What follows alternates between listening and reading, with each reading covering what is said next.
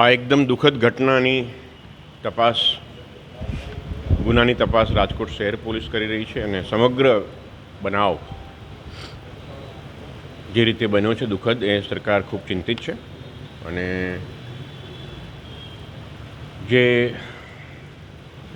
વ્યક્તિઓના મોત થયા છે દુઃખદ, જેમના પરિવારે એમના વ્યક્તિઓને ગુમાવ્યા છે એની પૂરી સંવેદના અમારી છે અને એના માટે આ ઘણા વિશાળ ફલક પર વિસ્તરેલી તપાસ છે જેમાં અલગ અલગ એજન્સીઓ સંકળાયેલી છે.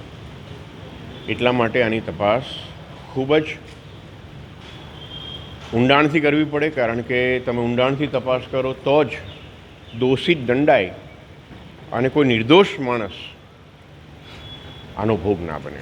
આપણે એ પણ ધ્યાન રાખવું પડે, બહુ કાળજીપૂર્વક તપાસ કરવી જરૂરી છે. જે લોકો દોષિત હોય એને જ સજા મળે અને નિર્દોષ માણસ સજા ન પામે.